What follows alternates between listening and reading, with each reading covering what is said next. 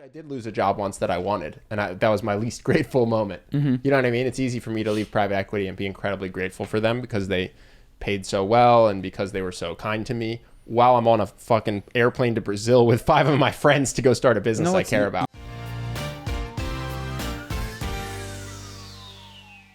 All right, here we are. Dude, 2 weeks is not enough with the way the world is. Meaning it's too much time. There's too much to talk about. I can't wrap my head around everything that is happening, let alone have an hour and a half conversation with you. Do you want to start with stuff? Yeah, sure. I have just a random list of things I wrote down. So I saw a stat that 67% of jobless workers get more in unemployment than they earned. Oh, man. Which means that economy's reopening, businesses are reopening, they're calling back those workers, and those workers are going, nah, I'm good. No thanks. Yeah, I witnessed this. This was years ago in Las Vegas, where there's these seasonal jobs, you know this, and people would work mostly for the spring to end of fall, and then the winter gets very quiet. Yeah, they'd go in the clubs, and they'd make bank, like more than the average person makes in an entire year. And then they wouldn't have a job. And you could try to find another job, and there were opportunities for jobs in Las Vegas. It's a service town. There's tons of things. You could go bartend for some amount of money. Yes. But everyone in the club scene knew that part of their year was just filing for unemployment, not even looking for a job. And doing nothing. Just doing whatever they want with their day. And sometimes you have to fake like you're looking for a job. And I don't know that anyone even followed through with that. I doubt it. Just make up a place that they were going to. So I saw this abuse occurring at a small scale. Yeah, these people were making over 6 figures a year, working part of the year, and then still collecting unemployment. Yes. And the incentives are powerful. That's the thing. Like you can control a system by structuring incentives. And I can't even begrudge anyone who goes, okay, so you're telling me I could go to work 8 hours a day at this thing that I hate with no prospect for moving up or over or learning anything, or I could stay home and get a check. And by the way, a lot of people that I know have done the same, so I don't even feel this like social pressure to go in and contribute. Yeah. Also, the stock market hasn't moved. The economy doesn't seem to need productivity. Yeah. Like, of course I'm going to stay home. So I read something interesting today. I've been very interested in economics recently. As I watch like unemployment skyrocket. Well, it also went down a little bit, right? GDP plummeting. And yet the stock market going up. I'm like, what's going on here? And so I was reading something which was basically making a very interesting argument for universal income. The idea that everyone should just get a check. And normally what happens is people that are labeled as socialists or communists are in favor of that. Capitalists, more conservative people are against it. This article was arguing actually what you could do is just get rid of Social Security, get rid of Medicaid, get rid of a lot of the stuff that our money does go to, give everybody some amount of money and go, this is enough money to live off of. We're positive. And you just get this regardless. It's not like the rich don't it's just like, here it is. Now you all have enough that should cover food, rent, healthcare, whatever. If you misallocate this, figure it out. And it's actually I don't know, I haven't run the numbers, but it's a pretty interesting argument if it's true that you could lower taxes while writing checks by just getting rid of everything else and saying, to some extent, be an autonomous actor. Interesting. Choose what to do with this. So I can't make heads or tails of the economic part of it because I have no idea. But so Sam Harris put out a tweet saying you should read the Unabomber's Manifesto. I was like, all right. So I started reading the Unabomber Manifesto. And it talks about... Is that all Sam Harris's tweet said? Yeah, he's like... Literally he just said, hey, I'm Sam Harris. You should read the Unabomber Manifesto. It was something to that effect. It's a bold tweet. But it talks... And it's not just that, but there's this general idea. I'm wondering if we're solving the right problem in a lot of what's happening right now, or if we've even identified the problem. So what you've implicitly said is that the problem is that people don't have money. And that's part of the problem, right? People need money. But... what the Unabomber says is such a weird thing to say. You should have learned his name before the podcast. Ted Kaczynski. There you go.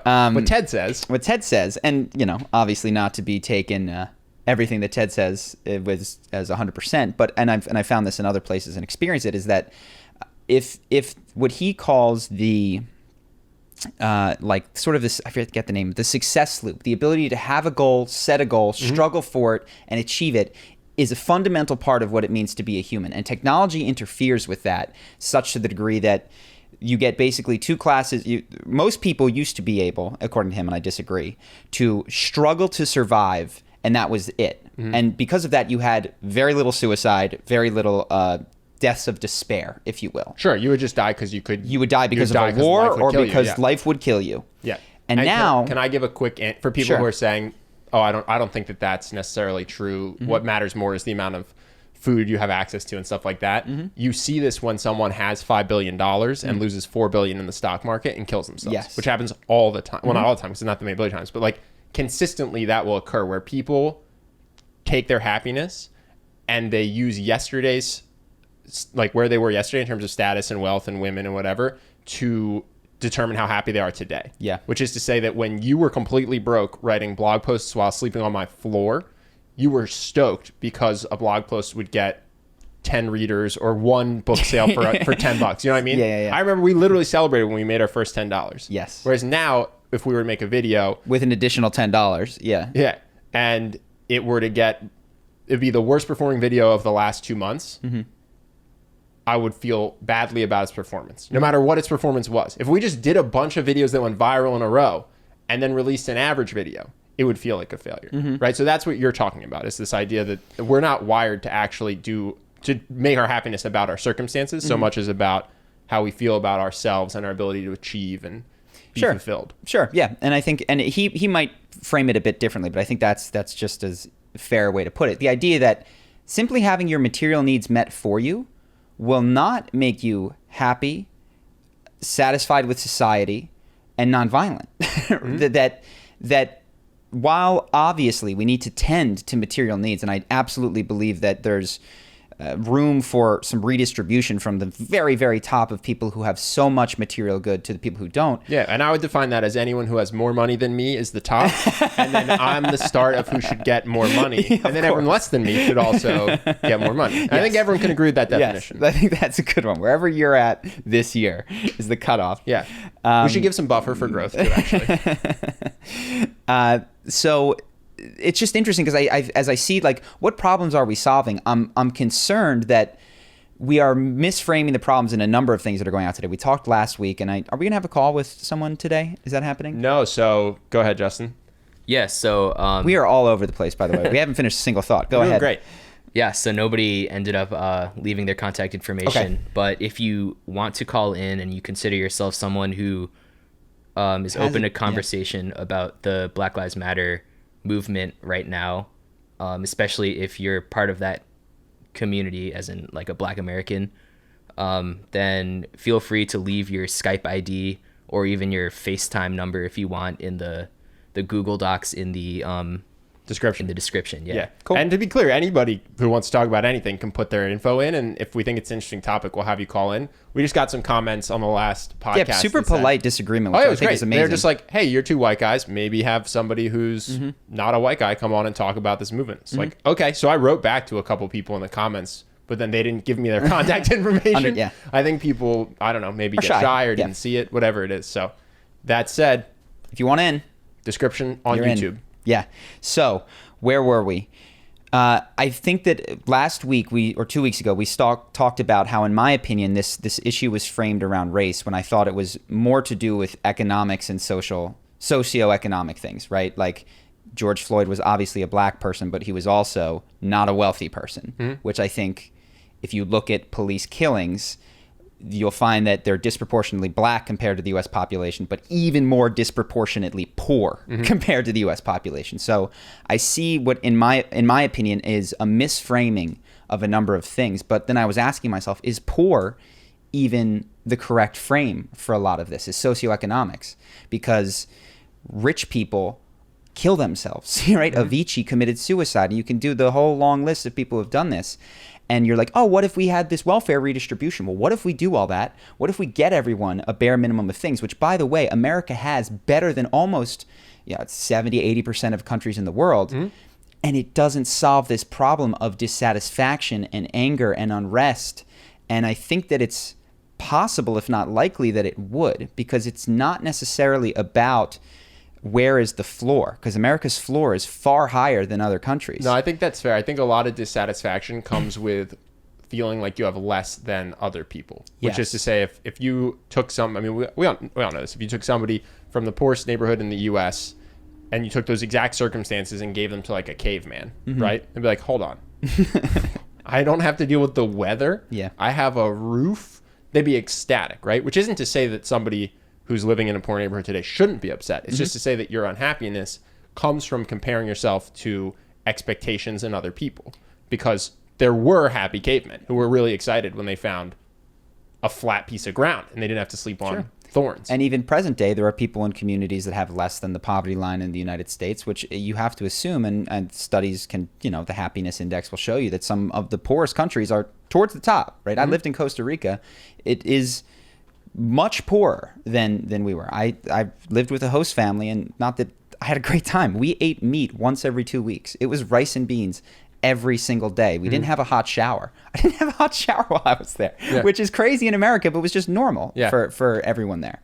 No, and I think for a lot of people, if you said, listen, you're literally just going to eat 30 cents of rice and 30 cents of beans, 3 meals a day, every day in the U.S., they'd immediately be unhappy about it because most of them have access to internet or television. And they see people eating steak. Whereas in Costa Rica, it's like, yeah, I eat this. My neighbor eats this. My best friend eats this. It's all good. So the question is, what is the problem? And I don't know that we've actually gotten to the problem in all of this. Clearly, there's a problem. And I would say you can see it because people are marching in the streets, dissatisfied, angry at one another. And I'm not convinced, and I would love if someone disagrees, that it comes down to either police brutality, and we could talk about why, but I think you disagree with me, so it would kind of, or agree with me, so it would be kind of silly for us to go back and forth, or race issues at its core. If you go to the core, I think you can find that more fundamental than that are socioeconomic issues.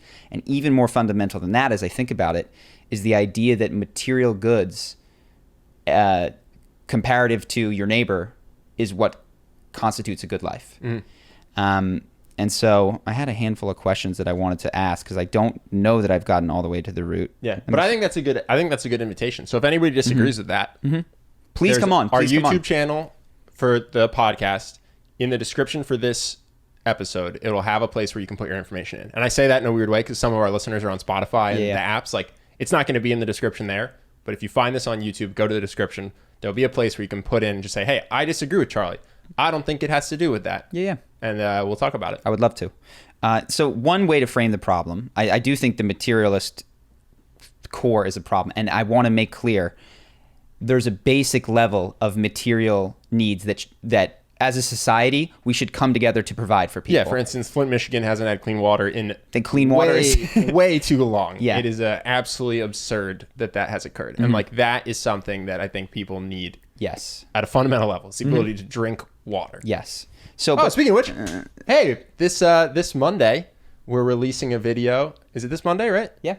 We're releasing a video with our new charity water fundraiser for this year. You can go to charitywater.org/charisma and you can donate to help people who don't have access to clean water. And it's life-changing. And for $30, you give one person clean water for 10 years. Yep. Which is dope. We did 10,000 people last year. I have some pictures. It's awesome. And if you don't have $30, but you give $3, 10 of you will combine to give one person. Seriously, any amount helps. Yeah. And yeah, these are people who I think could really actually use a lot of help just to get up to basic ability to survive, to not have to walk miles for water or drink water that they know is going to give them diseases. But their alternative is to die of dehydration. So they just drink this water that they know is filthy. Yeah. So yeah, you can, if that's something that touches you, charitywater.org/charisma. Yep. So there's a handful of things that I have. The problem can be framed in a number of ways. So let's look at police brutality. It's often, I think one of the fundamental issues is that we're dividing into camps of like police and protesters. And if you go on a site like Reddit, it's clear that that's the division because all of the videos over and over and over again are police brutality, police brutality, police brutality. I think that any problem that says there is a group or a person who is not me that regularly engages in a behavior that I don't engage in is probably missing something, right? So a problem should be one that is universalized such that if you had the gun and the badge and the thing, that it would also fix that with you. Meaning, I think the problem of police brutality comes down to accountability.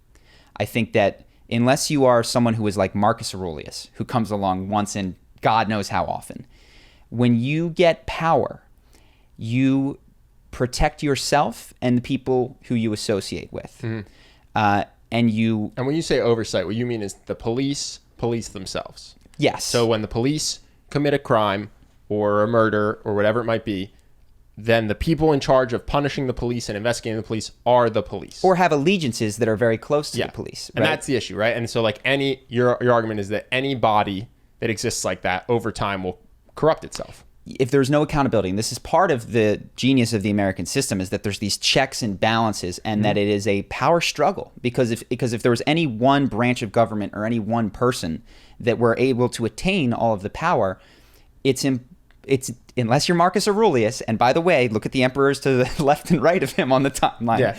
I think there were 5 good ones in a row, they say. It corrupts. It absolutely corrupts.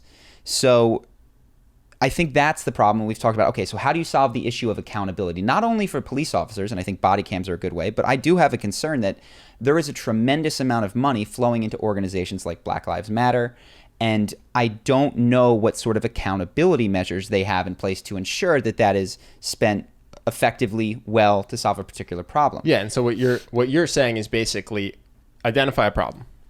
Police brutality, police killings, and a lack of punishment. Okay. Real problem. Solution. Police should have an outside organization that's independent, that is in charge of making sure that they do the right thing and punishing them when they don't do the right thing.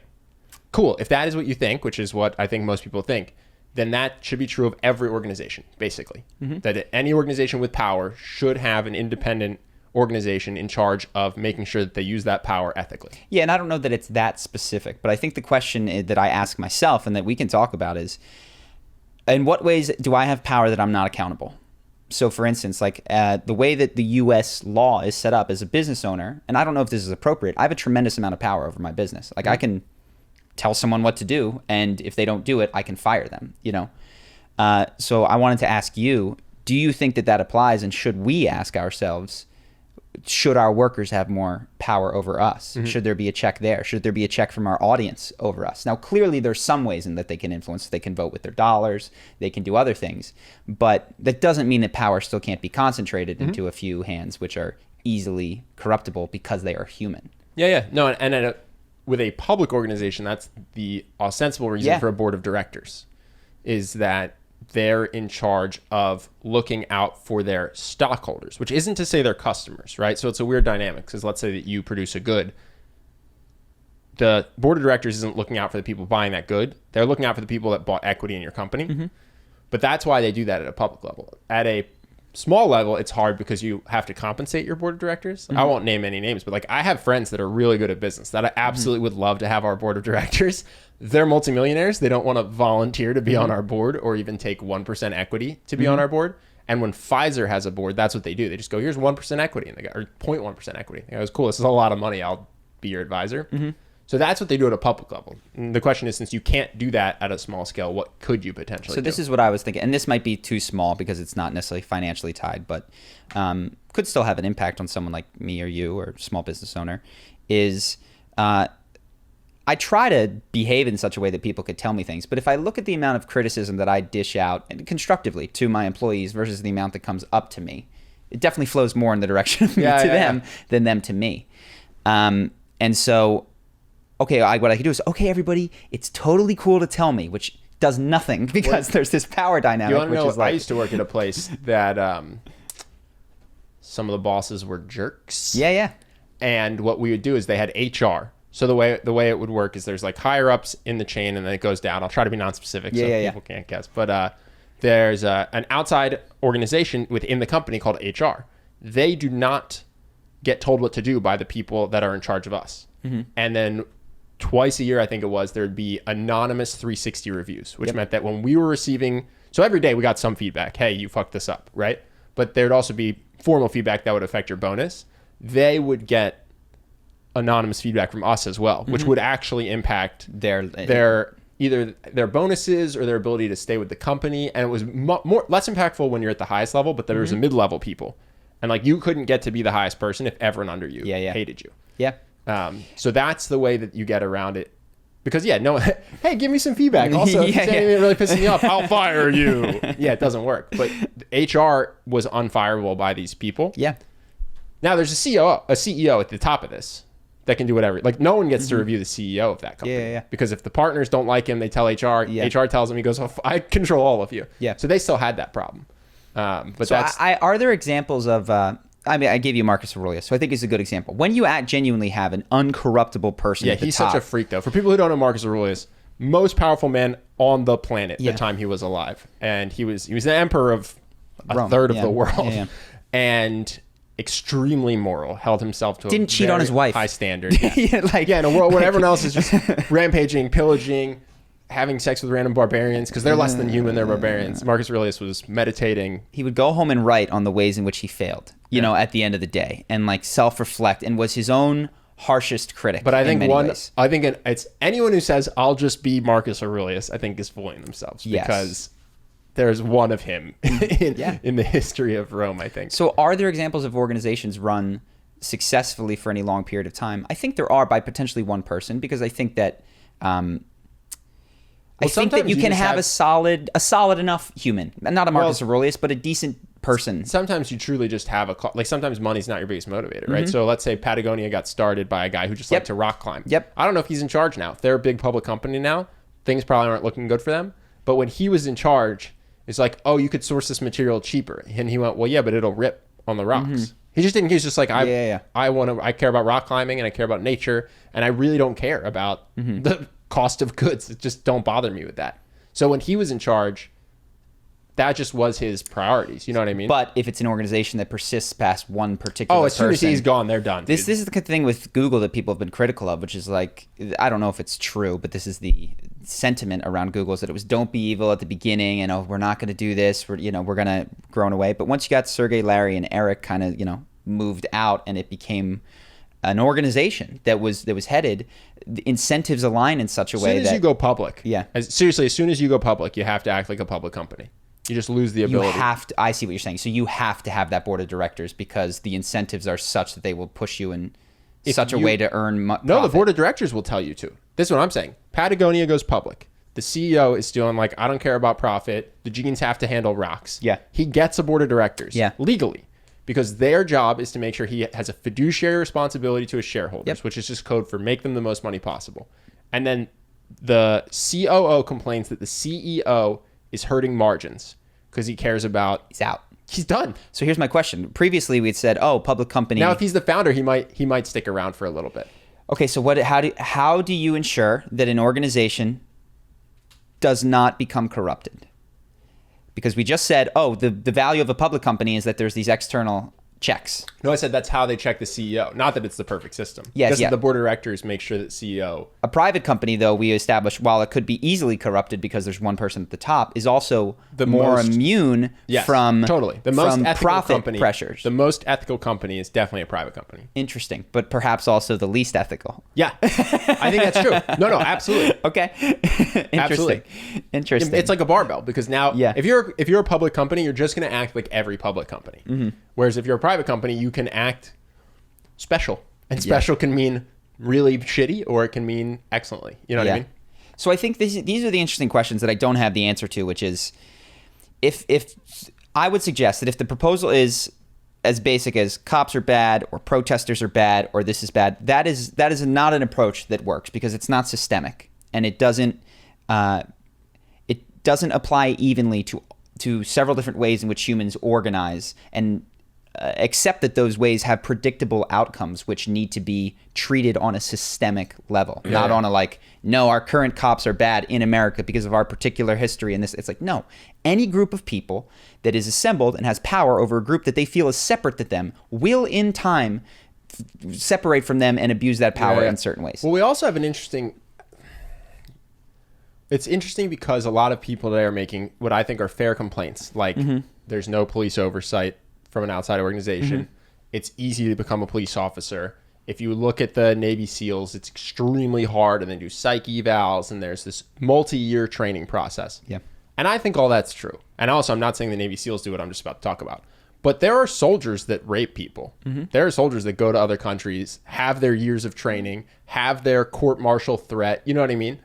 Get out there unsupervised into a group of 20 people and start doing bad shit. So I think those are fair complaints about police, but I'm a little bit confused when then they're like, yeah, they're not like the military.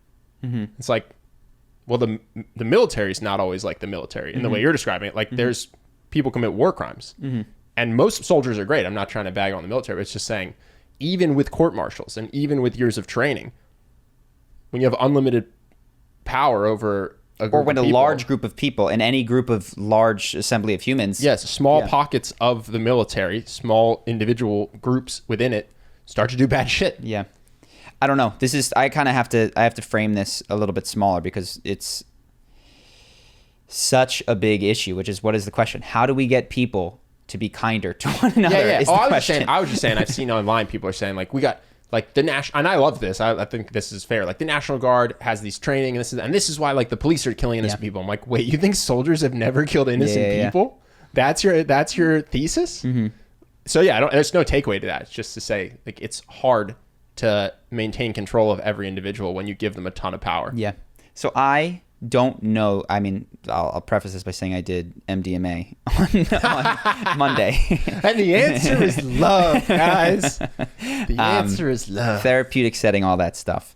But I'm trying to figure through all these problems afterwards because I come back into the world as it is, and I'm looking, and it seems to me that almost fundamental, if not fundamental problem is that there is a lack of connection, which is you do not have to convince your right hand in most cases to not chop off your left hand because there is a connective system there such that you are one. Like it is rare that people hurt themselves, and they only hurt themselves when they feel fragmented inside, right? When they feel that their past is evil and they therefore that they deserve it, right? So then they've split.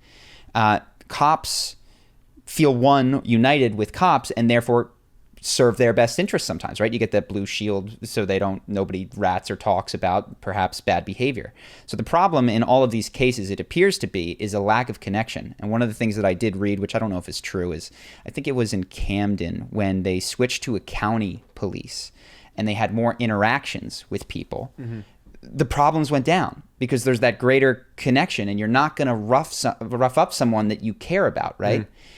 So the question that I would ask of like, what are all the proposed solutions at a fundamental level is, does this increase or decrease connection between groups and people and yourself and other people?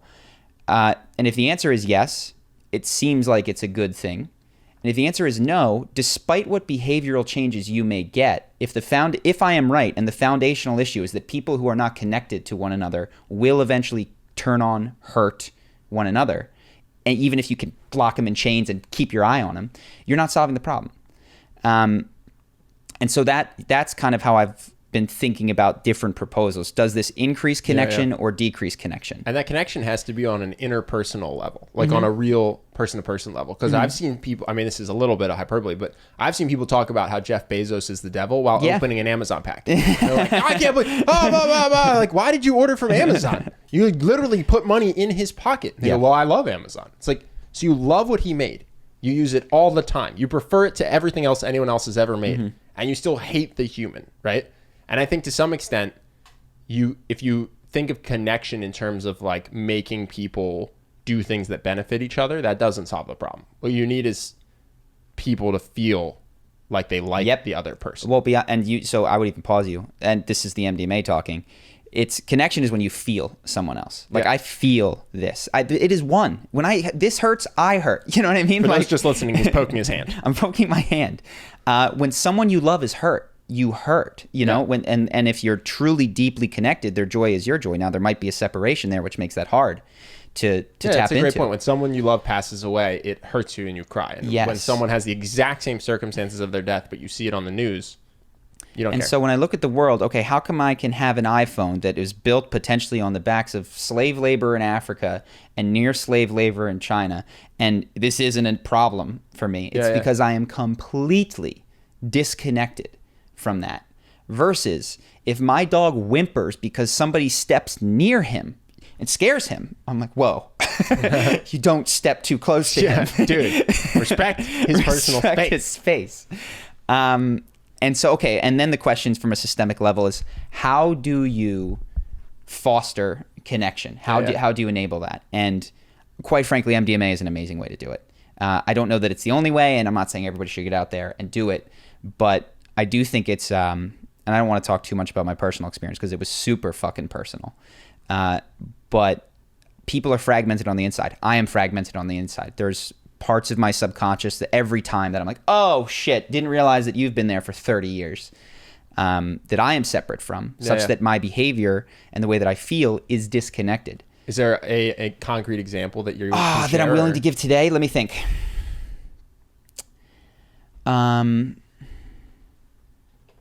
What is a concrete example? Okay, I'll give you one broadly speaking. Sure, because I just think sometimes it can be hard for people who have never done MDMA. I'll eventually get into this. Oh, what does that mean? There's a part of you you've been out of touch with for 30 years. So a part, broadly speaking, that I found that I was out of touch with is things that have happened when I was very young.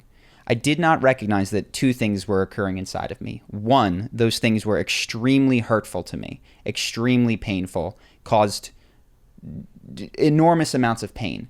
But two, there's another part of me that was like, you little bitch. You are such a baby. Like that, no, that's not real. And the part that won over the course of my life is the part that said, no, that's not real. Like, you don't actually feel bad about that. Like that didn't really upset you that much, because it's impossible that could have upset you. Yeah. Such that part of me does not feel what this other part of me feels. And so you go into MDMA, and what my experience was is this part tried to kill this part. Like the part, it was like, no, you didn't feel that. Sorry, the part of you that's like, yo, you ain't no bitch. Yes. Tried to kill the part of you that was Tried to murder, upset. strangle the hurt part of me. Because it's like, no, you are weak. We cannot have this. You need to be expelled. And very Spartan. Yes. Oh, it was totally Spartan. Which, by the way, we love our Spartans. 300, super cool, no pain. Throw out the weak. I mean, that is a Yeah, we idolize that, at least in the U.S. Yes, and I clearly have lived like that. Yeah. In some ways, I'm a total wimp, and I admit it. In other ways, but yeah, so that disconnection inside of me necessitates that when I go into the world and I see someone suffering from something that part of me thinks is weak, it then judges them. But the fundamental rift is not from me to them; it's from myself to myself, such that. How do you solve connection in the world? Well, if I can't connect with that person in the world, you can tell me, hey, Charlie, you have to go say, oh, sorry, man, I feel you. Or like, no, like, I get it. This is what a good friend would do, but I'm not feeling them if I can't feel that part of myself. So I don't know how to do it. I don't know whether you drop it in everyone's water or what. That definitely won't work. You did MDMA with a therapist. Yeah. I've taken MDMA in water. It does not result in a lot of introspection. Fair enough. But it seems to me that any problem that starts from a connect with oneself is likely in the long run to have extremely positive ripple effects in the world. But it moves slower. Like I didn't legislate anything over the weekend. And in fact, what I experienced was so much conflict. There was this whole weekend for me. The part of the reason I don't want to talk about it is because I'm not done. Like what I encountered was, holy shit, you're so much more fragmented than you thought.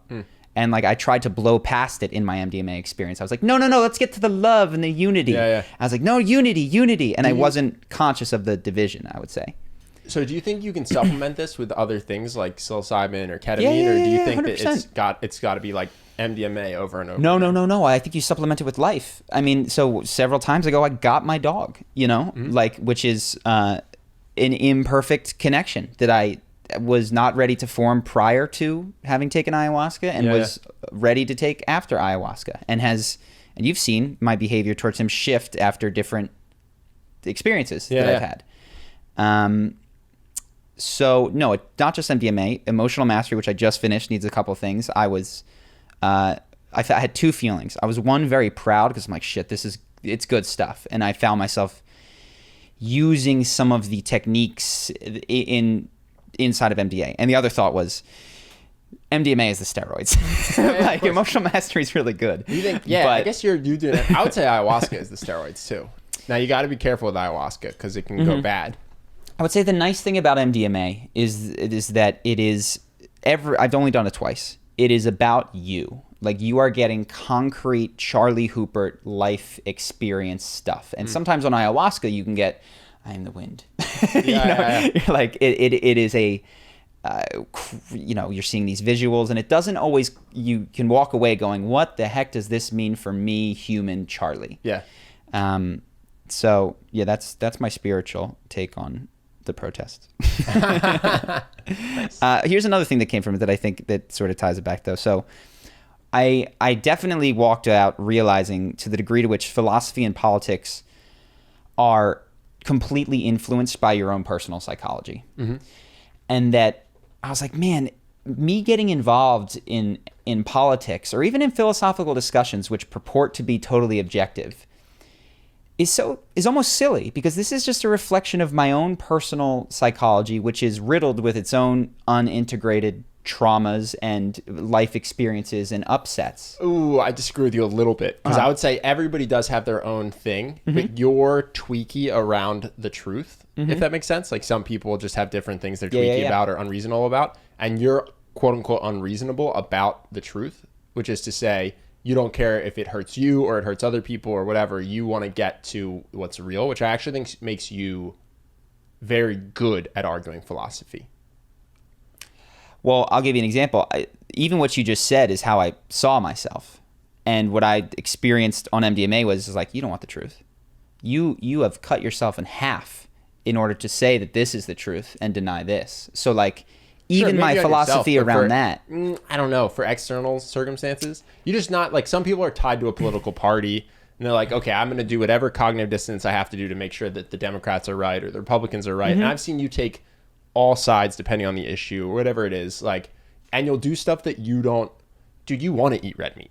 I know you want to eat steak, but you don't. So I think I can tell you that's influenced by my own personal psychology, and the things that I experience on this is like, why do you try so hard to do the right thing? Well, that's what I'm saying. You're fucked up. You're fucked up for trying to do the right thing, which I think makes you a decent person to listen to for arguments of philosophy. Sure, but my definition of right is influenced by my psychological interpretation of right, as opposed to, like, for some people, right is what feels the best. Sure. But for some people, right is following the rules, and for me, it's like principled rules. That's what I put on the.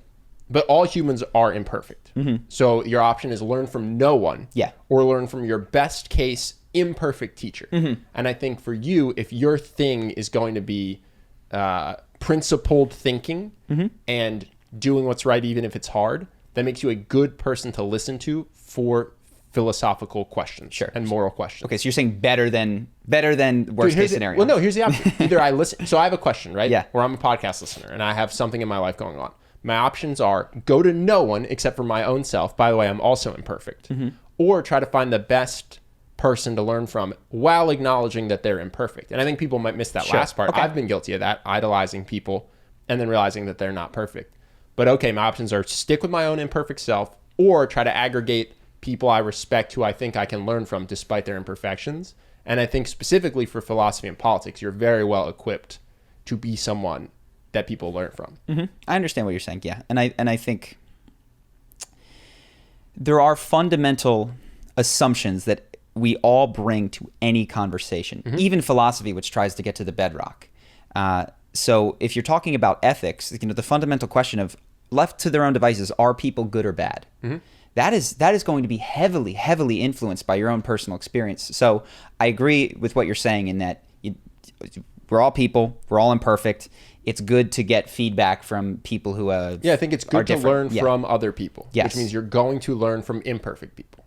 So given that, sure, you're imperfect, but I think still very sound. Top tier for people I've met in terms of philosophical moral advice. Well, or maybe, and I'm not saying that I necessarily believe this, maybe I've just been very good at convincing you of that. Because one of the things that I sort of experience, and I don't know how to put it into words, is that I treat, and I think philosophy separates the world into these cold syllogisms. You know, A then B, B then C, therefore A then C. And it says that this is something that can be done, that you can reduce things to cold, hard logic.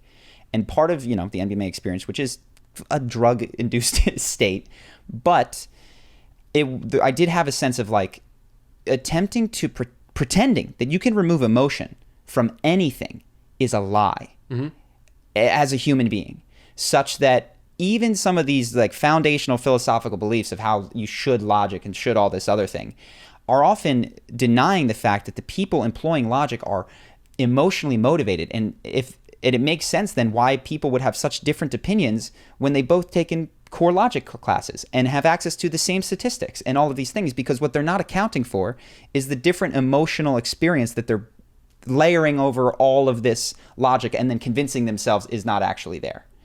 And so that was kind of what I realized is, this is almost too basic, but when it comes to talking to people, when it comes to persuasion, when it comes to all of these things, to pretend that a philosophical argument is sufficient and is actually what you're expressing is A, not true because you're layering your emotion, and B, is not going to be influential to the person because their emotion is wrapped up in the way that they perceive the world as well. So I think we agree in the sense, yes, people are imperfect. Talk to different people. It'll help you to get a wider view of things. But also for me, I do believe that my philosophy and my politics will change as my own personal psychology does as well, such that I might turn on a dime in tomorrow. You know what I mean? Does that make sense? Sure. But yeah, one of the fundamental questions in that, we've talked about this, is who counts as not people? I think if you talk to any individual, they have always a group that is not people. And we're familiar with some of these. We know what a white supremacist is because black people are not people to the white supremacist. But as I hear people speak about what's going on today, they always have a group of not people. Jeff Bezos can be your not people. Billionaires can be your not people. Cops can be your not people. Looters can be your not people. Pedophiles are very popular not people to a lot of people. You go on Reddit and you see, this guy got sentenced to jail for heinous acts. String him up, cut him into pieces. It's just like he's a not people. Not saying that these things ought to be forgiven, but that your own life experience dictates who your own particular not people are. And what I was like, oh man, if I go through this and I do this the whole way, everyone is going to be a people, and maybe everything. This is like the.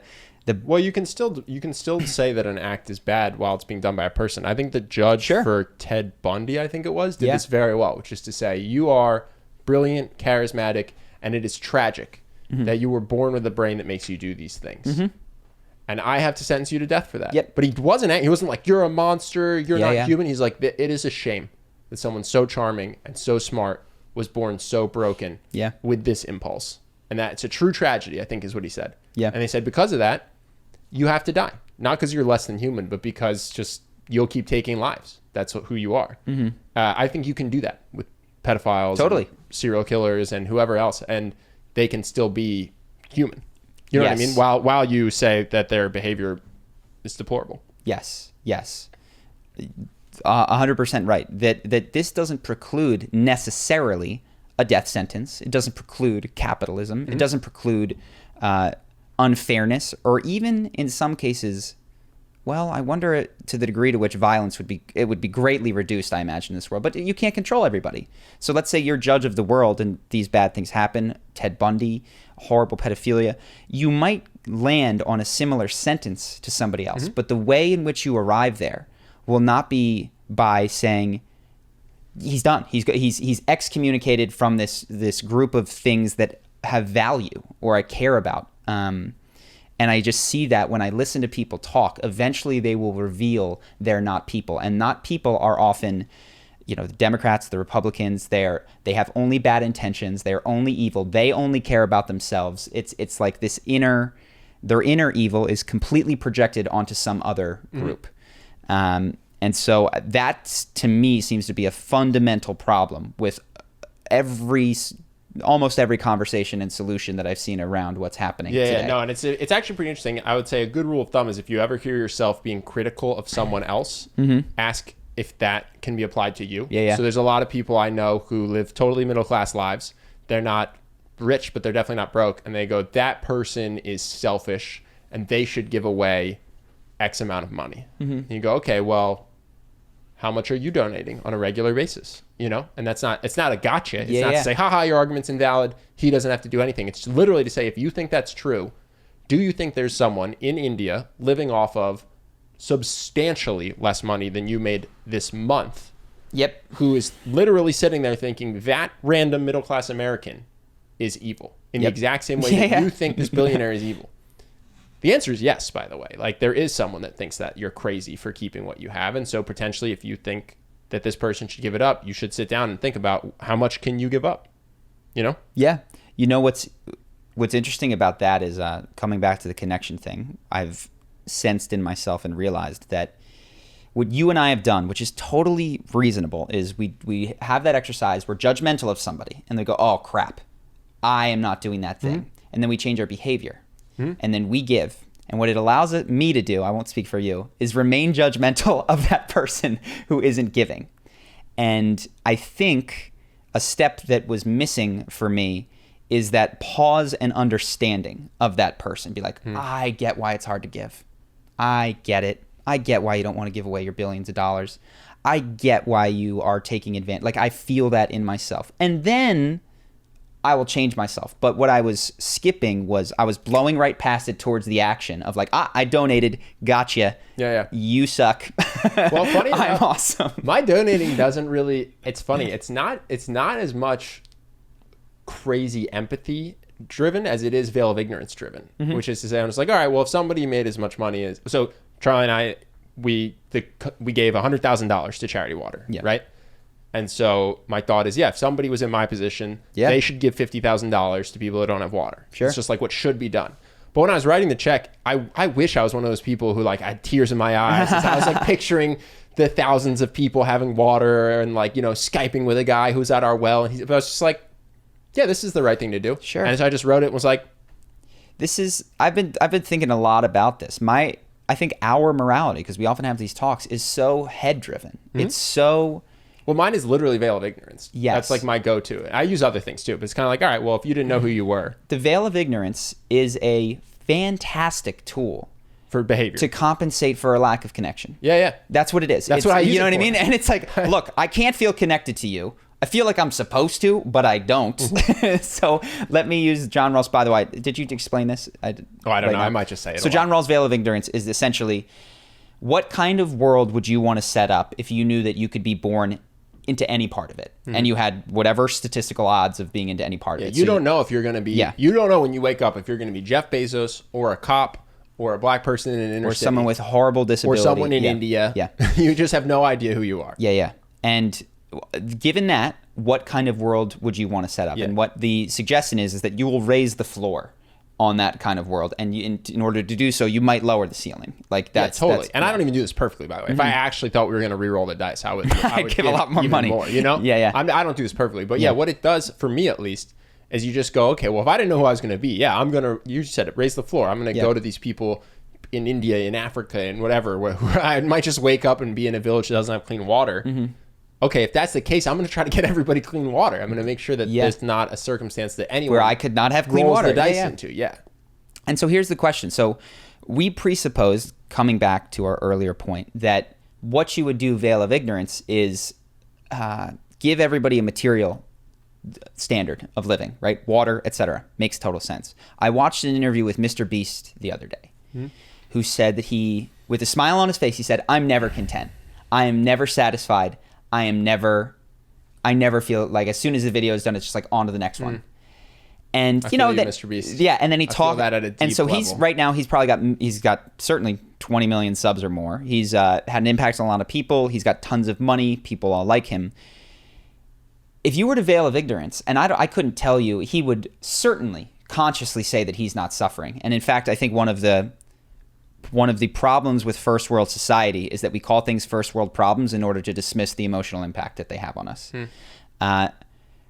I'm not 100% convinced from an experiential standpoint that there isn't someone in a poor community that has a happier life than Mr. Beast. There definitely is. So it might not be necessarily someone who has no access to clean water. But if you go one step up, like, there's some Costa Rican kid that only eats rice and beans, that has a really shitty surfboard, but lives on the beach in the sun with his friends, who loves his parents, who is absolutely killing happiness relative to Mr. Beast or even probably us. Yeah.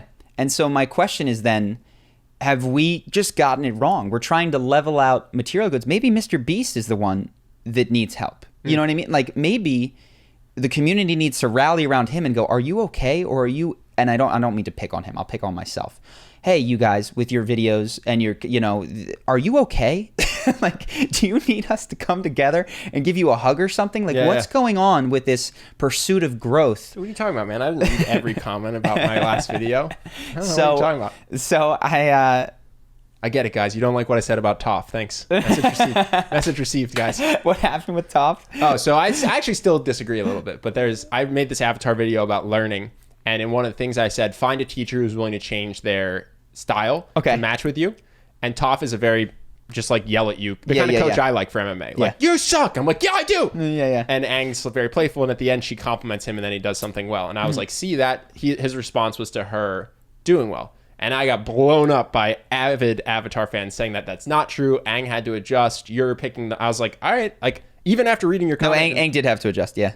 I disagree. I think his biggest breakthrough came the moment that she finally said something nice to him for the first time. Interesting. I rewatched it. Like, I still stand by my point. Sorry, guys. Like, I took your feedback. I watched it. Obviously, I'm biased because I said it before. But, like, I didn't just watch the clip. I did watch the whole scene. And his biggest breakthrough comes after she says, you're ready, you can do this. And then she calls him Twinkle Toes, and people are like, see, she's still me. And I'm like, no, that's a term of endearment. It's callback humor to what she said before. I love that you guys, this is, there's on some of A Song of Ice and Fire, Game of Thrones message boards, there are these historical debates, because it goes even deeper than Avatar does into lore, and actually this general was in this place and there was no way he could have made it here, like trying to find out where off-screen characters are at any given time. I love that.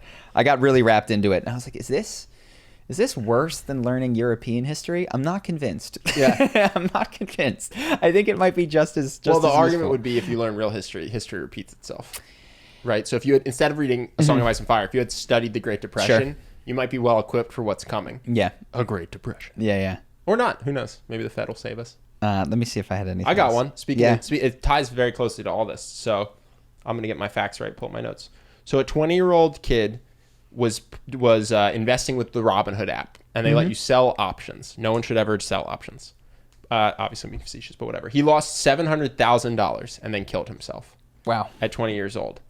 And so I have a couple takeaways. One is obviously like the FOMO of the market. I do this too. People see people making so much money now, and they want to get in and they want to make money. They see people becoming millionaires overnight, and they make bets that they can't lose. You know what I'm saying? Yeah.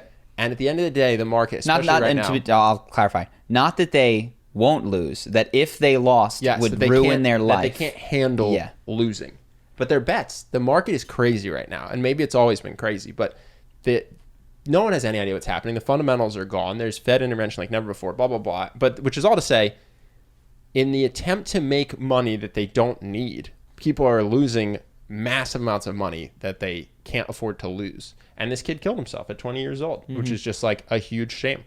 And I think it kind of ties into what we were saying before. If people think that they need millions to be happy, or that the millions will make them happy, and this kid had like a good life, was in school learning finance, just got caught up in FOMO and gambling, and then, or maybe didn't. This is the other is like, all of the people that I know that are obsessed with money are unhappy. Now, that's not to say all of the rich people that I know are unhappy. It's the people that are obsessed with money. The other thing that I see, because there's a distinction between rich and obsessed with money. You can get rich by playing a sport that you love. You can get rich by contributing to people on a massive scale. But this idea of making money where it's as far as people know, contributing nothing to society. This is the second point I was going to make. This idea of market FOMO, which I have too. Like, I'm in cash, just hanging out, missed this huge rally, and I'm like, oh, I could have made so much money. But I should just focus on helping more people, or making videos people like, coming up with a new course, or creating a second business that helps people. Like, people don't think about wealth creation in terms of value generation. They think about it in terms of dollars they have. Yeah. You know what I'm saying? Yeah. It's cheesy as hell, but just help people. Find you, and at first you might not be able to charge for helping people, which was our experience. We just had to try our best to prove that we could, and then we were able to scale it. But yeah, and it's easy to get tied into dollars and what steps one can take to maximize dollars. And unfortunately nowadays there's a lot of ways to get lots of dollars without helping people. Yeah. And there's ways, if you jump into a lake to save a drowning child, there's no money for that. You don't get paid. Like this, there's a myth of capitalism that value creation is dead tied with money, right? That the value that you create for society will be compensated. And it's just not true. And I think what we need to do is recognize that those aren't the same things, create institutions which try to tie those together. But fundamentally, I also think that people I know this is true of myself, have lost connection with how good it can feel to help, right? So like I did a bunch of calls with people just because they were students and it was a random helpful thing that I did. They were fun by and large. You know what I mean? It felt good to do it. I didn't get paid any extra money for it. But I guess why is it so tempting to make money? This is what I perhaps is a dumb question, but I think because what we actually really want is just the respect and admiration of the people around us. And that's the scorecard that U.S. society uses most of the time. I think if you lived in a society where money bought you the same amount of goods, right? But everyone who knew that you had over $100,000 was going to think you were disgusting because the value of the society was just that's gross. And actually what they thought was deserving of respect was get charitable actions or whatever. Yeah. You'd see a massive shift in how people behaved. And I think some people might chase money, but I think what people are lauded in the US, or at least they were until recently. So what people are looking for, and this feels right, is validation. And what? And validation, just the respect and admiration of the people around them, I would say. Got it. And what they have learned to tie to that based on their upbringing and commercials. It's true, dude. Someone we know sells a business for $5 million. They're going to get 100 texts congratulating them. There's like a little blurb on Business Week. Yeah. So that people can know about it. Oh my God, dude, congratulations. That's so crazy. Wow. 5 mil. Woo. Yeah. If that person was volunteering at a soup kitchen every weekend, no one would say anything. Maybe one person would find out and be like, oh, wow, that's really cool. But there wouldn't be a blurb about it. Yeah. There wouldn't be. And even if they posted on Facebook a photo of it, they wouldn't get the same amount of texts from people. Yeah. And obviously the validation doesn't even work in terms of making, as someone who has received a fair share, it doesn't, you think it will hit you way harder and matter far more than it does. That's not to say that the first time that somebody says nice to you when you're pursuing your art doesn't mean a ton. It does. Like that first time that somebody appreciates a video or something you wrote or something you painted or a piece of music is like, it'll make you swell up. But pretty quickly, it becomes nothing. And I think that I sometimes forget that, and I don't recognize that. And I guess other people fall into the same trap. Do you have more stuff? Yeah, it's not related to that though. So one thing we've been taking writer applicants, just people to try to help me. I took over writing the Charisma on Command videos for you. Quickly found out it's more work than I want to do. So now I'm just trying to get people in to help me research or help me write. So this one guy didn't get the job, and he wrote me an email, and it had the subject line gratitude. Yeah. And then it was just hey, I really appreciated learning from you. I feel like it was great. Like he was just so kind. And immediately I was like, I like this guy. Whereas when I was actually working with him, I had no real opinion of him. If this guy hit me up now, I was like, hey, I'm in LA. You want to get lunch? Like, yes. And it's 100% because of that email. And 2, if he wanted a reference. Yeah. Without even trying, I would immediately go searching. I was just aware. I was like, I'll immediately go search for the good stuff I can say about this guy. Yeah. And so I just thought that was awesome and something people should learn from and I should learn from. It's like it was perfect. It's just about appreciating the experience, and it made me like him a lot more and be willing to do more for him. Yeah. Well, here's the fundamental question is, obviously one can use that as a technique, say that you're thankful. How do you feel that gratitude? How do you not feel bitter about not getting the job? Yeah. I don't know. Could ask him. Or you can tell me the truth, man. Are you just sitting there fuming and writing the Dale Carnegie email that you think is the right email to write, which is understandable and reasonable.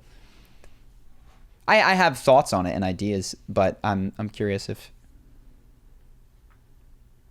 I don't know. For me with my jobs, I was able to be grateful because I felt like I was going on to something better. Like I never really... Yeah. Actually, I did lose a job once that I wanted, and that was my least grateful moment. Mm-hmm. You know what I mean? It's easy for me to leave private equity and be incredibly grateful for them because they paid so well and because they were so kind to me while I'm on a fucking airplane to Brazil with 5 of my friends to go start a business I care about. Yeah. So what's interesting is that the feeling of gratitude almost comes from being the belief that life is just great, and it's almost independent of what happened before that. Like, was that job amazing? No, but like, you're like, but look where I am. How could I be upset about you? And so it's almost like realizing that you were unharmed by the loss of that thing and life remains amazing is what creates that gratitude thing. Interesting. Here's a random thing. I watched a video that was this is going to be a small spoiler if you haven't seen Knives Out. Oh, okay. So you could just skip past this if you want. It was a video of the director breaking down a scene in Knives Out. And he said, one thing, this is how you can know who isn't the murderer in any sort of... Really? Yeah. Okay. There's one thing that you can do. If you see someone holding an Apple product, they did not do it.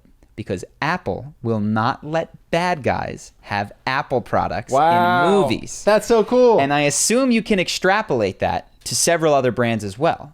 Because if I think about it, I know that in Transformers, Chevrolet was all of the Autobots, but I don't know that the Decepticons had any related car company. Yeah. They were just Chevrolet generic. Or Audi? Well, Bumblebee was a Chevrolet, right? I don't know.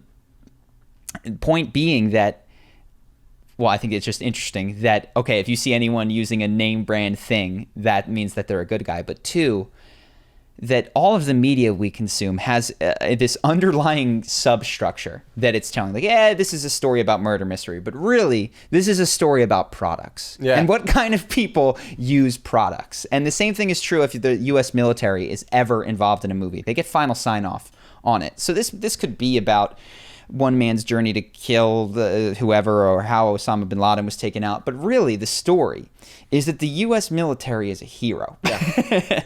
And these people are XYZ amazing traits. Well, that one's particularly interesting because I guess the military, if you are going to make them use look their good, stuff, if you're going to make them look good, they'll let you use their equipment. Yes. But if you're going to make them look bad, they won't. And so you are associated with the studio. So it's not just like, oh, I'm going to make one critical movie. It's like, no.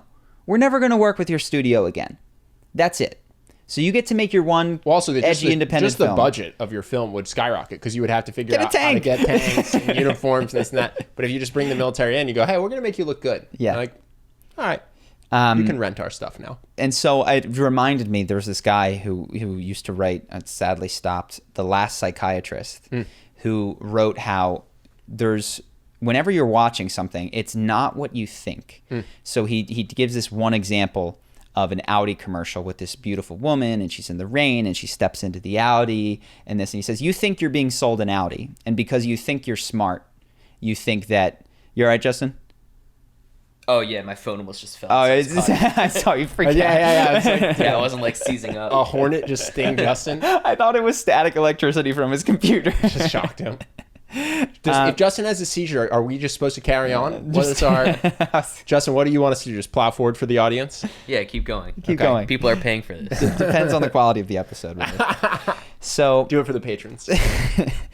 This woman gets into the Audi, and because you think that you're a smart consumer, you think this is for an Audi, and you guard yourself, and you go, I know that that's just selling an Audi, and Audi's just like BMW, and I'm not a dumb guy.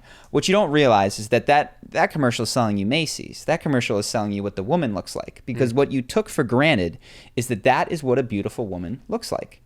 They didn't have to tell you that was a beautiful woman, but she had a certain color of lipstick, she had a certain thing, she had a particular way of walking, such that all of the commercials out there are reinforcing one another. They don't just tell you to want their product. They tell you how to want. This is the standard of this model is in here. This is a desirable person. Is the if that model is in there in a not obviously critical way. So it tells you far more about how they're constructing your worldview, and oftentimes these are fundamental ideas like masculinity is a big one that comes through, sexuality is a big one that comes through, and you think that you're just fighting the product, but really you're being sold in a whole idea of viewing yourself, the world, men and women, all of that kind of stuff. And it just reminded me of that. I was like, oh my God, she had an Apple, she had an iPhone. Yeah, she couldn't have done it. She couldn't have done it. So that was a random thing. Let me see if I have anything else. I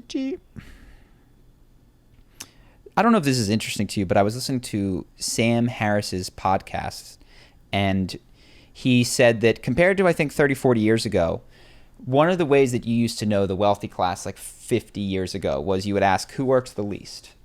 And you would find this leisure class of aristocratic wealthy people that didn't work. And today, if you want to know who the richest people you are you ask who works the most. Because there's been a complete inversion of the amount of hours worked, such that the wealthiest people now work insane amounts of hours. And he asked this question, is it capital or labor that is driving inequality?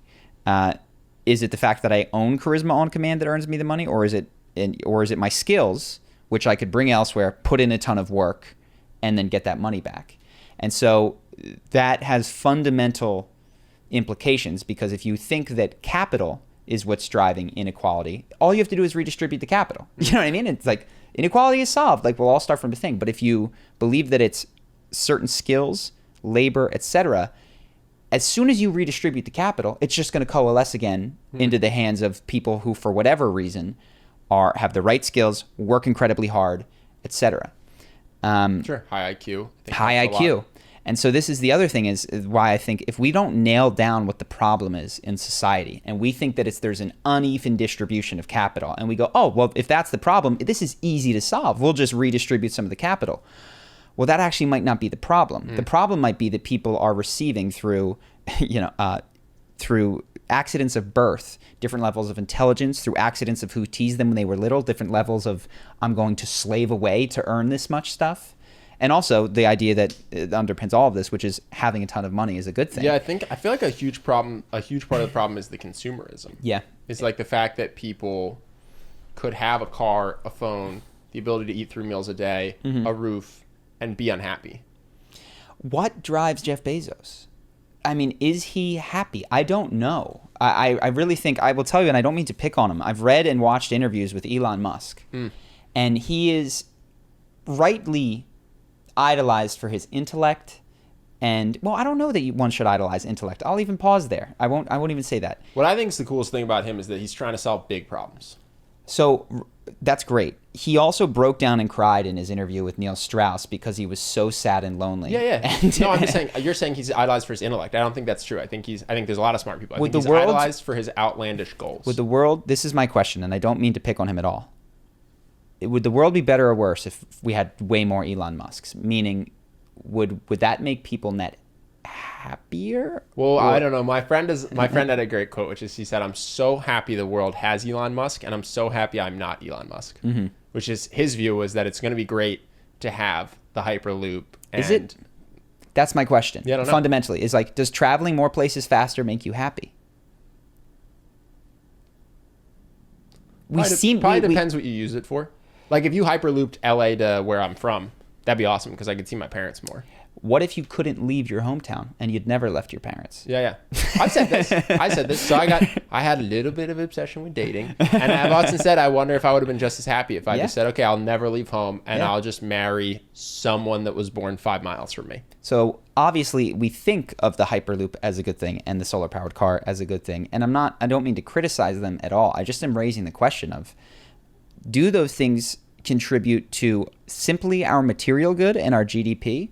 Or do they make people happier? And I don't actually even just want our conscious answers. I think a survey of this would not get to the core problem because people say, oh yeah, I want more money. Like, people are wrong about what makes them happy. This is an interesting thing. So why is that? So if I'm from a neighborhood and everyone in my neighborhood has a relatively similar amount of wealth, right? But I've seen on television that there are some humans on the planet that have a lot more than me. Why does that make me so upset?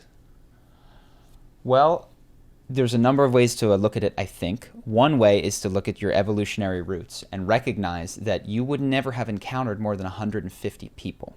And your survival was literally on the line if you couldn't get material needs met. So if you saw someone, one, that meant they were in your area, like what they were doing was eminently achievable for you, or could have been.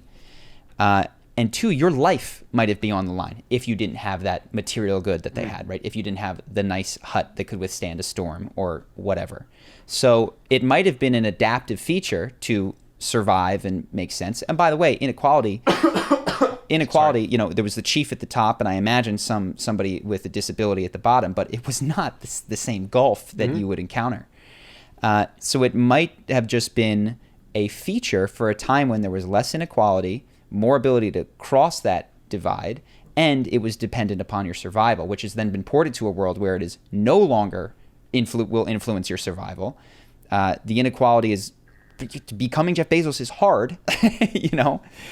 So I don't know that is the answer, but it's certainly possible that this is Ted Kaczynski's the Unabomber's thing, is that what drives the problem is that we evolved into a world that was not as technologically advanced as the one that we live in, and our ways of being cannot handle technology, and technology is on a constant growth path forward, which will just make people happy. And then I assume he gets to a point where we got to tear it all down and all that kind of stuff, but I didn't get that far.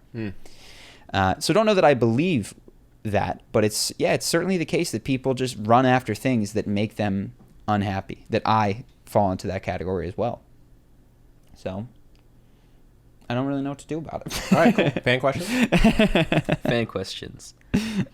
So the first one is, this would be great to have your perspective on. I remember one principle that improved my confidence. You cannot change people, you can only filter them.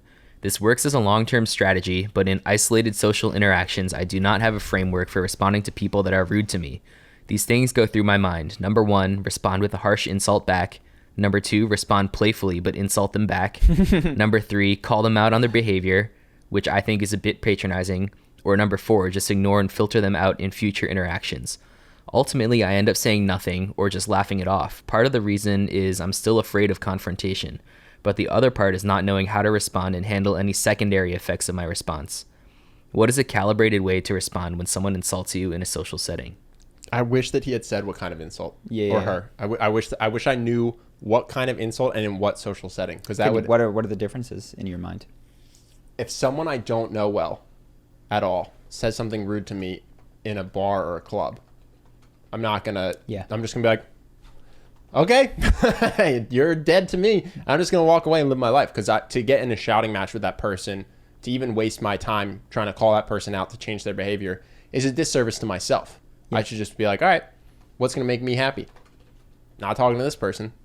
If a very close friend of mine, or let's say even the significant other of a close friend of mine, right? So someone like inextricably tied to my social circle, but who I might not necessarily like myself, was to do something, what I'd probably do is just like chill in the moment so as not to make a scene, and then pull the person aside and call them out, because I don't want to have to deal with that all the time. Because again, I'm just looking out for my own happiness, and I want them to know that I will call it out in the future, but I can't filter them out because they're my really good friend's girlfriend and they're going to be around, or whatever it is. Yeah. You know what I mean? So my behavior is going to change depending on the specifics. And how much you're likely to see that person again, it sounds like. Yeah. I'm not one to like, first of all, like most people don't just randomly shout insults at me. I don't know what this person's community is like, but I can go a whole day without being insulted to my face, at least, if I don't read the comments. But yeah, no. So like my frame is like, what's going to make me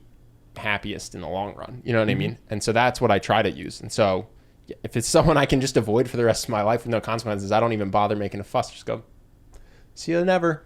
And then if it's someone who I am going to consistently have an issue with, right? Like my sister's fiance is awesome, but let's say that he was someone I butted heads with, I'd have to address that, because I'm going to see him at every family gathering. So it's not a bad question to ask yourself, I think, is which of these is going to make me happiest in the long run? And because I think it's a very particular question, because you also mentioned that you're a person who fears conflict. I was just going to say, happiest after you get over your fear of confrontation. That's a huge one, because a lot of people in the short run, sorry to cut you off, are going to be, they're going to say, well, happiest is just to never have a confrontation. I'll get bullied, I'll shy. Like, I get so uncomfortable with the concept of calling someone out. So I'd say, like, you have to conquer that first, so you can come from a place of all these options are equally doable. Yeah. You know what I mean? Well, and also I was even similar to what you had said, was going to go, it might make me happy to get past this fear of confrontation. That was the way I was even thinking about it. So like, okay, if I was past this, I would just ignore it. But because I'm not, I'm going to practice this, because that's going to make me just generally feel more comfortable in situations, better about myself. Like, I'm not so concerned with this. So what I do and what you do shouldn't necessarily be the same given where we are starting from. That's an awesome point. Yeah. That's a great point. I think that the first time someone stands up to anyone could do so much good for them. Exactly. So I will say, for me, I will probably go the ignore route almost every time, unless it is a habitual thing with someone that is in my life. But for you, it could be a really excellent thing to talk to them afterwards. But what I would say is, you had a handful of suggestions, insult them back, etc. If it's upsetting to you, I don't think that's going to make you happy to hit them back, or like stop this, or even with a sly underdig. Unless you're a different person, it sounds like, who is enjoying the good-natured ribbing between friends, in which case, this does make me happy. Like, like if you were to watch the Fighter and the Kid podcast, weirdly where enough, if their insult actually hurts you, then the answer is not to insult back. Yeah. If their insult makes you laugh, then the answer is to make a joke back. Yes. So it's highly dependent on the context. I think a great question to orient yourself is, which of these is going to make me happiest in the long run? And that'll, I think, steer you well. Cool. Next question is, hey guys, question for the podcast. I'm getting lots of value from it. In some of your videos, you have talked about non-reactivity, which is that the person who reacts the least, quote unquote, wins the interaction. I was curious about your general thoughts on this concept when it is appropriate. For example, at work when you are talking with your boss versus your peers, or out socially, and any exercises and mindsets that may help one get less reactive. Sure. I'm asking in the context of dealing with people at work that I'm perceiving as aggressive, but also am interested in the concept in general. The one concern I have is that if you're too non-reactive, you may come off as dismissive and rude. Yeah. So do you think that the person who reacts less wins? No. I feel like I don't know that I agree with what I'm purported to have said. So I'm trying to think. The non-reactivity, for instance, was in Don Draper, where he is calm in the face of rejection from clients, and they say something, and he goes, well, it sounds like this meeting's over. Have a great day, gentlemen. And then there's other occasions where he's a little bit off his game, and he goes, you know what? If you're not going to come in and do this, and he is visibly upset by it. So I think in the context of a power dynamic, I think it is the case often that you see the big lion just kind of sit there while the little cub like smashes his face. It's in the face of an attack. Yeah. So I guess the first thing I'd say, I would never purport that non-reactivity is better than positive emotions. Sure. So we should start there. Yeah, like the most charismatic people I know laugh very loudly. They're very playful. They make a lot of jokes. I do not think that extreme stoic stone-facedness is the key to a good life. I think, non-reactivity is specifically in the face of attack, where you feel your heartbeat elevate and your adrenaline spike, because almost always you make a bad decision when you are under the influence of fight or flight.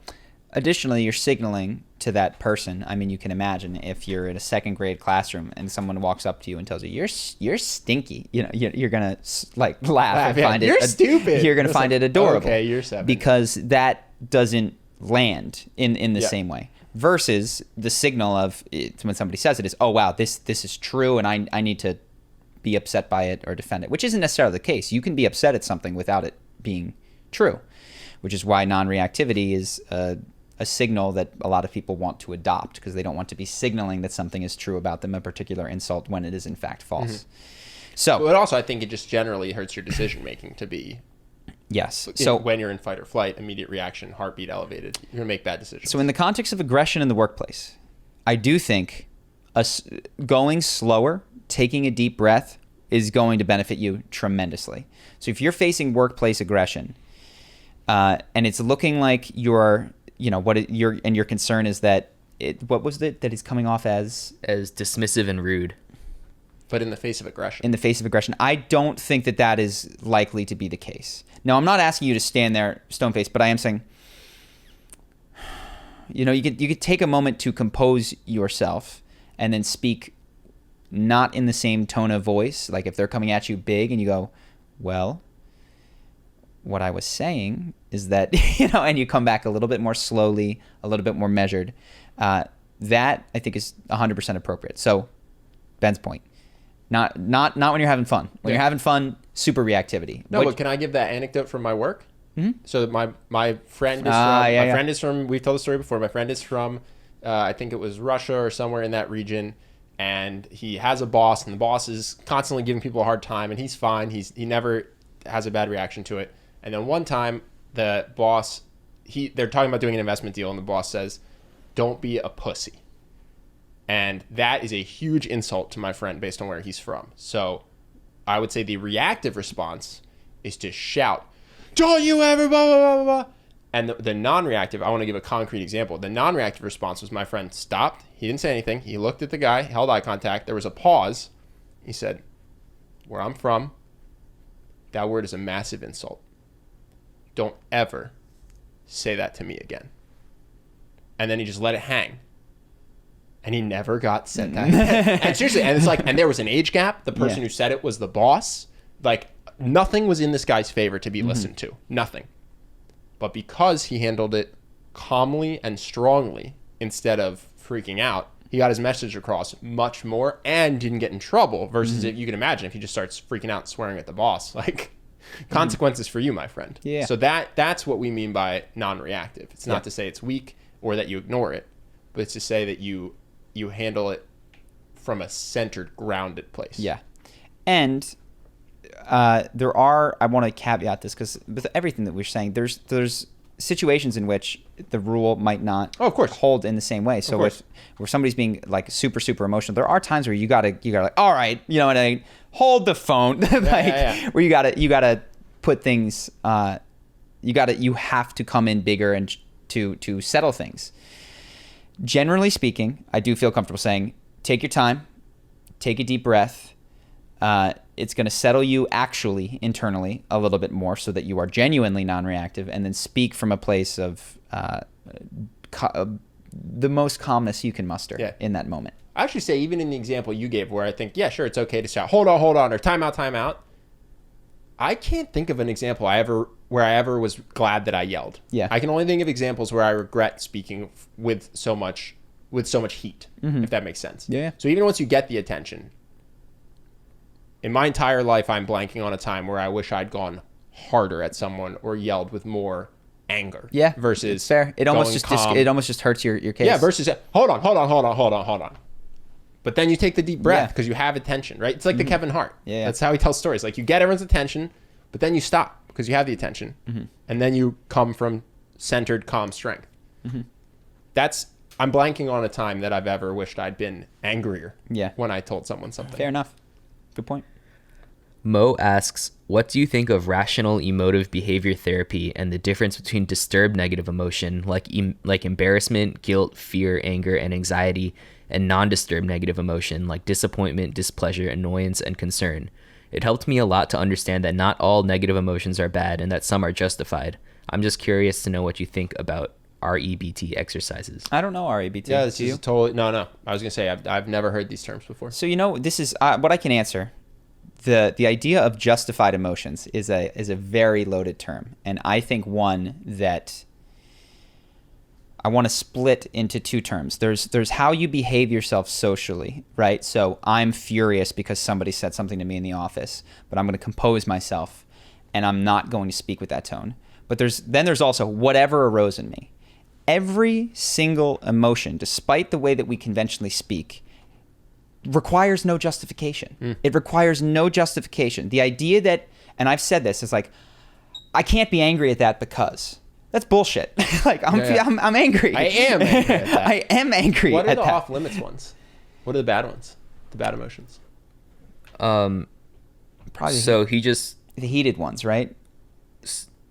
Yeah, he just kind of sort of distinguishes the two. I don't think that they're saying that one is like worse than the other. They're just saying that there's non-disturbed negative emotions like disappointment, displeasure, annoyance, and concern, and then disturbed negative emotions, which they say is embarrassment, guilt, fear, anger, and anxiety. Well, it sounded like he was bucketing them negatively, because then he said it was nice to know that I'm entitled to feel some negative emotions, which made me seem like that the others were off limits in his mind. The point. Am I right?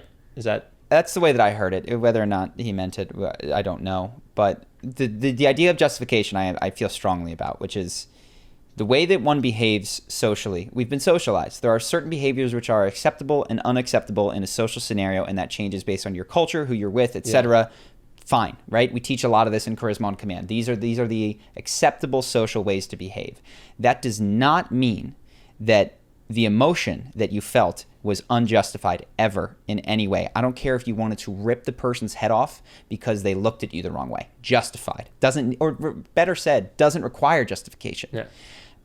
And if you think that emotions do require justification, what you will do is have an emotion rise. It will not pass the threshold for justification. It will enter into your subconscious, and it will steer you such that that anger will become passive aggressiveness, or just forgetfulness. Oh, sorry, I forgot to invite you, didn't he?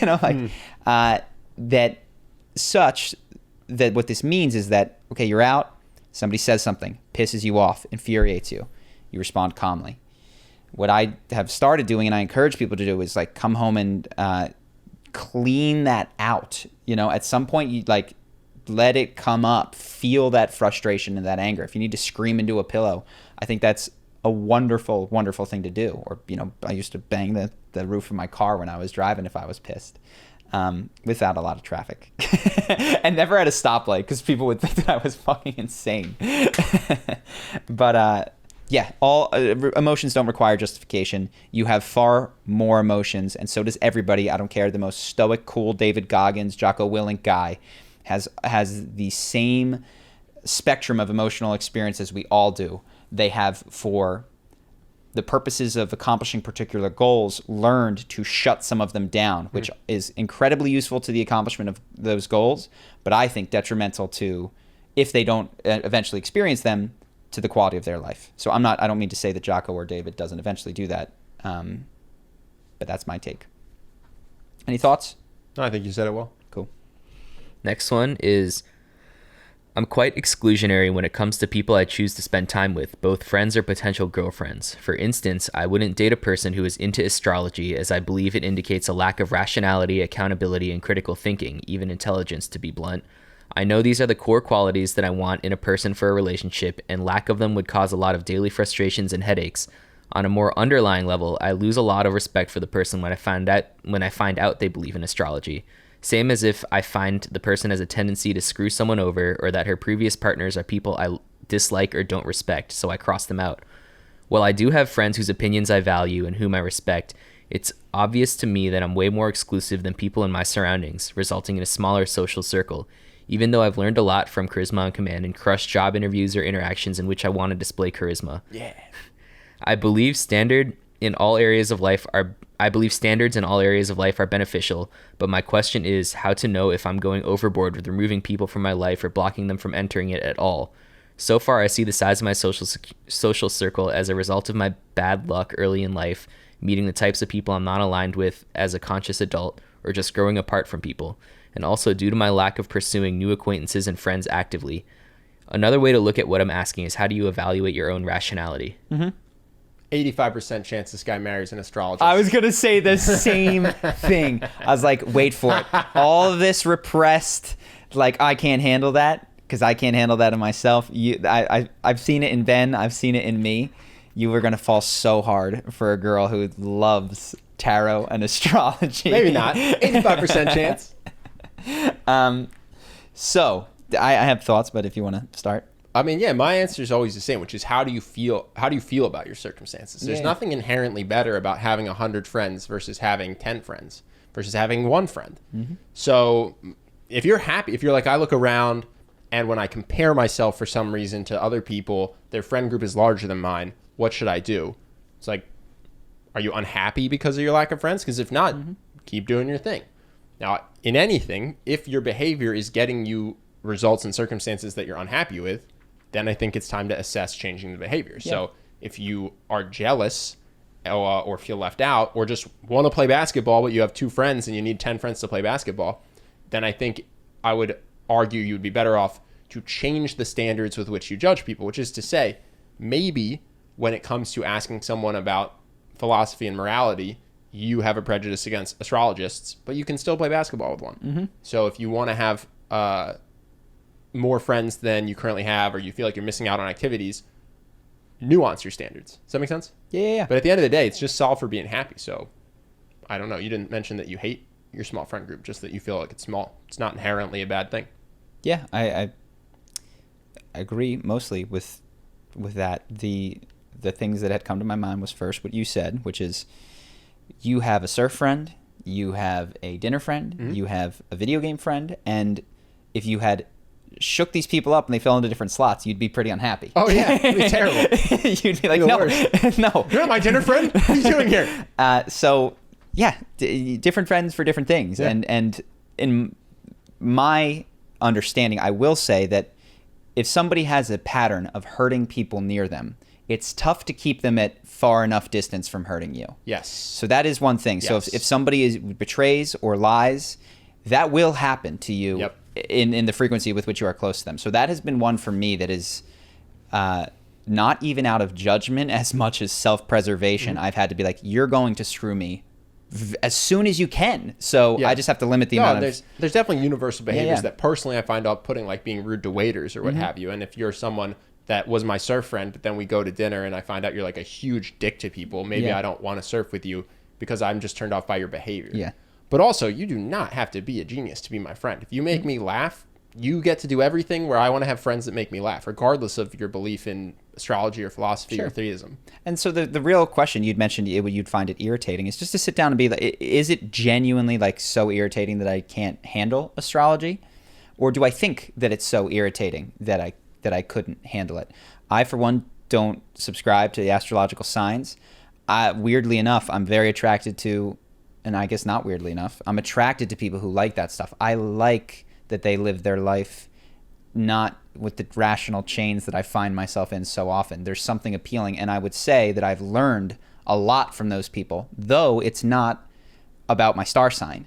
It's about a different way of being that doesn't require everything. And even your question was a brick of a question. Sometimes it can, which I appreciate, which is great, which is fantastic. More details. I don't mean to be critical of it, but it's indicative of the way that you are and that you think. And for me, as someone who would write a question of similar length, it's been nice to be around people who wouldn't, who approach things differently, even if the specifics of what they believe sometimes are crazy. And also, you don't have to. But you don't have to. All of your friends are scientists and you love physicists and you genuinely find that you don't share that desire that Charlie has to hang out with your opposite, do your thing. Only hang out with physicists. Like, it really does. You're not hurting anyone, it sounds like. When you filter people off, I assume you're not a jerk about it. So it truly is just about creating the circumstances that are going to make you happy. Yeah, so I'll give you an answer that is it follows what we've said a little bit.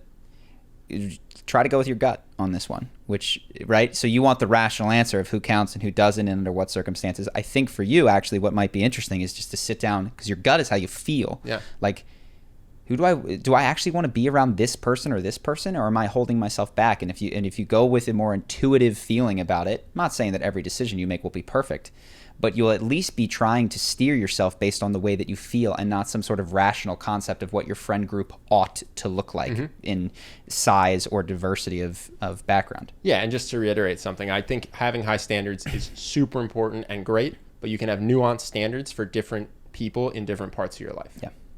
Yeah. And I have a small group ultimately as well, and Ben's is a little bit bigger than mine. And that's great. Can we cut just that part? We said Ben's is a little bit bigger than mine. Let's start this podcast with that. Not really. All right. How would you guys suggest dealing with someone who makes attempts to undermine you at work or questions many of your decisions? Every day I deal with it.